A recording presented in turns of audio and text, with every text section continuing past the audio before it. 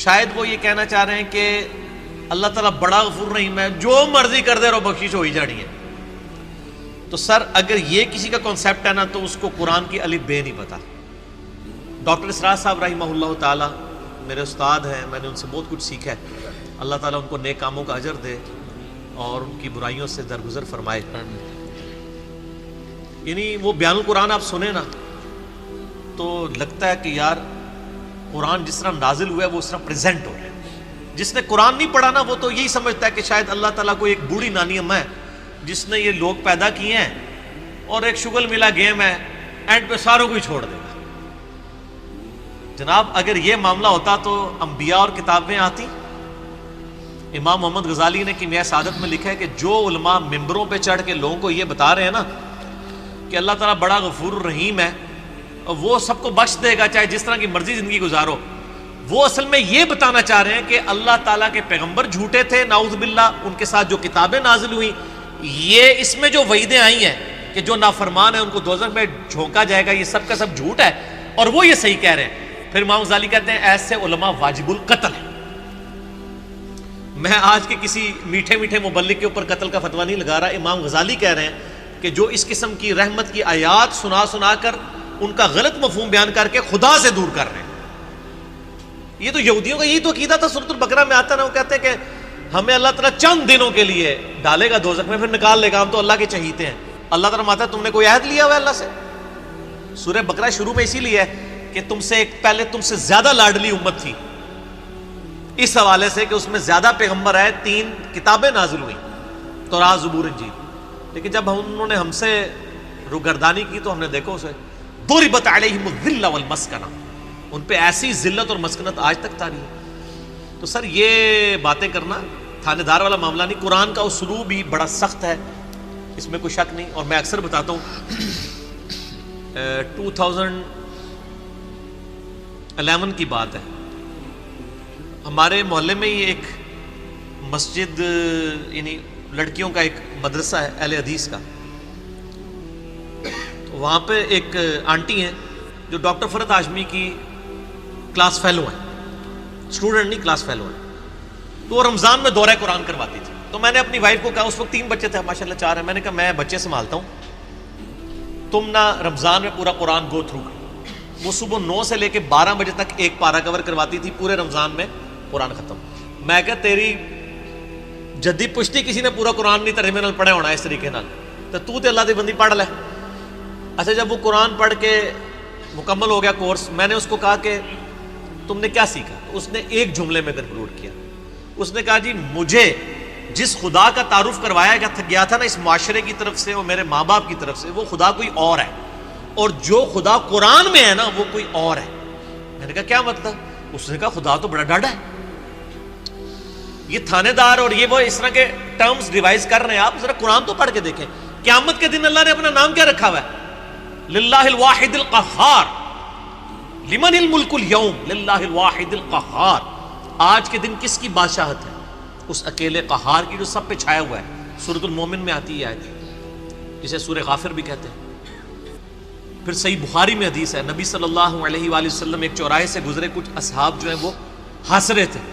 آپ رک گئے. آپ نے فرمایا جو کچھ میں جانتا ہوں نا تم جانتے ہوتے تو بہت کم ہنستے، زیادہ روتے.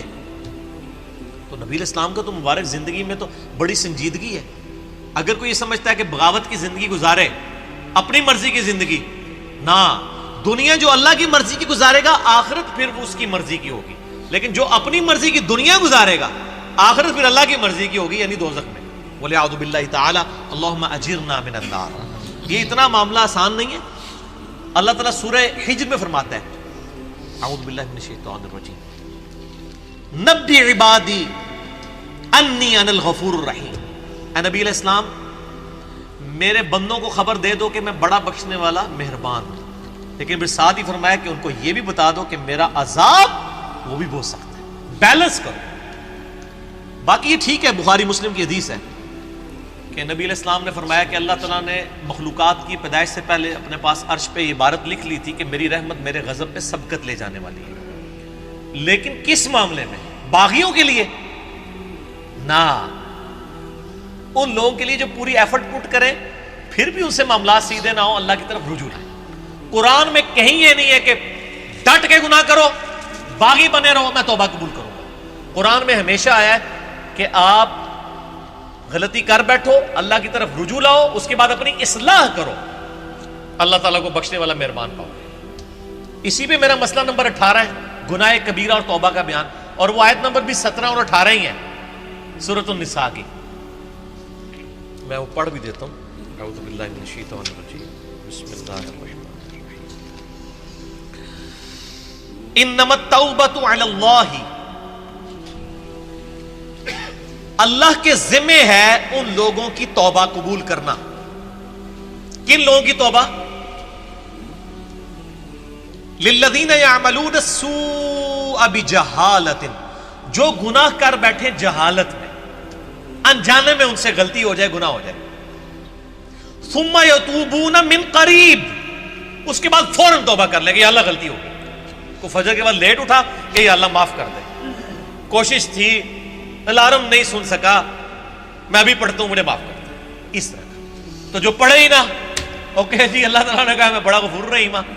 پورے قرآن میں میرا چیلنج ہے طارق جمیل صاحب کو بھی، میں ان کی بڑی عزت کرتا ہوں، بلکہ سب سے زیادہ میں نے ان کا دفاع کیا ہے جب ان کے خلاف ناسبیوں نے بھونکنا شروع کیا ہے۔ میں ان سے بڑی محبت کرتا ہوں، میں ایسٹ سمجھتا ہوں امت کے لیے، لیکن میں طارق جمیل صاحب سے پوچھتا ہوں پورے قرآن میں کہاں لکھا ہے کہ باغی رہو تو میں معاف کروں گا؟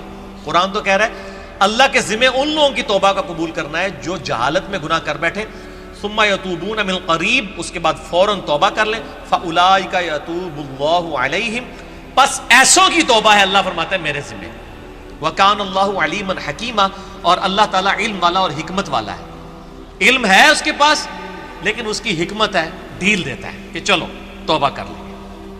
اور اگلی آیت وَلَيْسَتِ التَّوْبَةُ، اور اس کی تو کوئی توبہ قبول نہیں ہوگی، یہ میں نہیں کہہ رہا ہوں طارق جمیل صاحب، یہ اللہ کہہ رہا ہے، للذین یعملون السیئات، جو کہ گناہ کرتا ہے، حتی اذا حضر احدہم الموت، یہاں تک کہ جب اس کی موت کا وقت آ جاتا ہے، قال انی تبت الآن، وہ کہتا ہے یا اللہ میں اب توبہ کرتا ہوں۔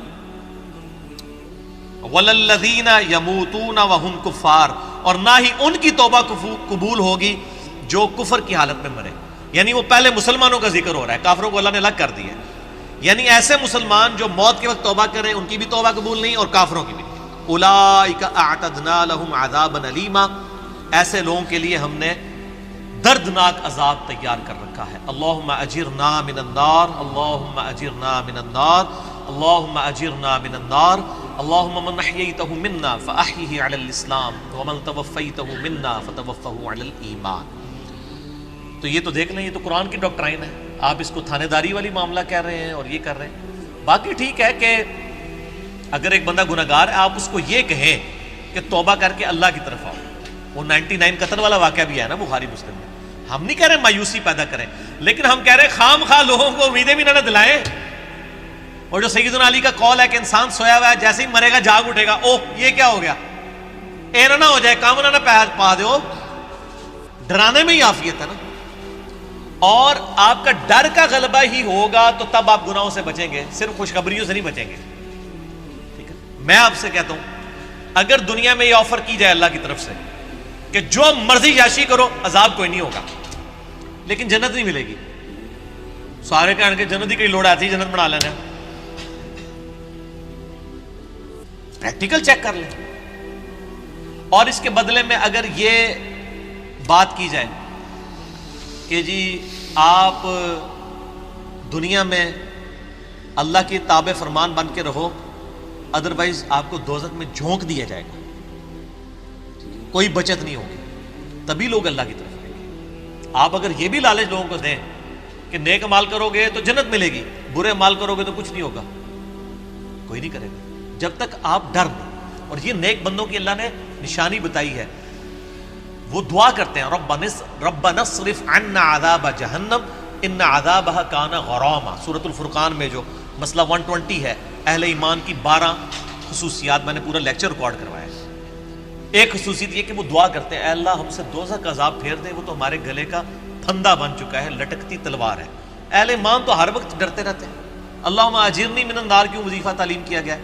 جامعہ ترمذی میں حدیث ہے سیدنا عثمان جن کو 3 دفعہ جنت کی بشارت ملی ہے، جب قبرستان جاتے تھے اتنا روتے تھے کہ داڑھی آنسوؤں سے تر ہو جاتی تھی. لوگ کہتے تھے یہ کیا؟ تو انہوں نے کہا میں نے نبی علیہ السلام سے خود سنا ہے کہ قبر آخرت کی منزلوں میں سے پہلی منزل ہے، جس کی یہ منزل کامیاب ہوئی اس کی اگلی آسان ہوتی چلی جائے گی، اور جو اس میں پھنس گیا اس کی اگلی مشکل در مشکل در مشکل ہوگی.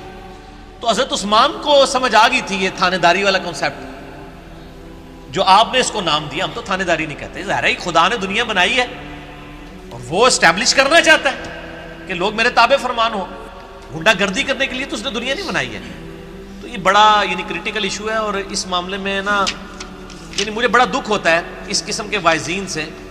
وہ اللہ تعالیٰ کی رحمت کی آڑ میں لوگوں کو اس طرف مائل کر دیتے ہیں کہ وہ الٹا جنہوں کہتے ہیں نا کہ وہ گاٹے فٹ ہونے والی تعلیمات ہو جاتی ہیں، اس سے لوگ پھر نیگیٹو رزلٹ نکالتے ہیں. آپ بیلنس بیان کریں.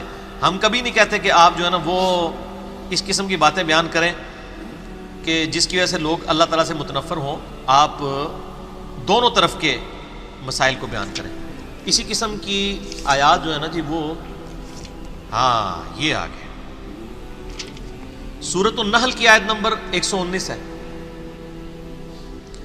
ثم ان ربک للذین عملوا السوء بجہالۃ، پھر اس کے بعد تمہارا رب ان لوگوں کے بارے میں جو جہالت میں گناہ کر بیٹھے، جو لوگ ثم تابوا اس کے بعد وہ توبہ کر لیں، من بعد ذالک گناہ کرنے کے بعد، واصلحوا اور اپنی اصلاح کر لیں، ان ربک من بعدھا لغفور الرحیم، بے شک اللہ تعالیٰ اس کے بعد ضرور غفور رحیم ہے. کس کے بعد؟ جو اللہ کی شرطیں پوری کرے گا. کیا شرط ہے؟ جہالت میں گناہ ہوا، پھر اس کے فوراً بعد توبہ کی اور اپنی اصلاح بھی کر لی. خالی چھڑی توبہ نہیں. یا ایھا الذین آمنوا توبوا الی اللہ توبۃ نصوحا، اے ایمان والو اللہ کی طرف ایسی توبہ کرو جیسا کہ توبہ کرنے کا حق ہے. اب یہ ڈاکٹرائن کلیئر ہوگی. جو توبہ کرے وہ اصلاح کرے، ان ربک بے شک تیرا رب من بعدھا اس کے بعد لغفور رحیم ضرور بخشنے والا مہربان ہے. میرا چیلنج ہے، قرآن میں کہیں یہ نہیں ہے کہ آپ باغی ہو جائیں اسی طرح زندگی گزاریں. ترمذی میں روایت ہے کہ موت کے غرغرے سے پہلے توبہ قبول، لیکن کس کو پتہ ہے کہ کس وقت موت کا غرغرہ آ جائے گا.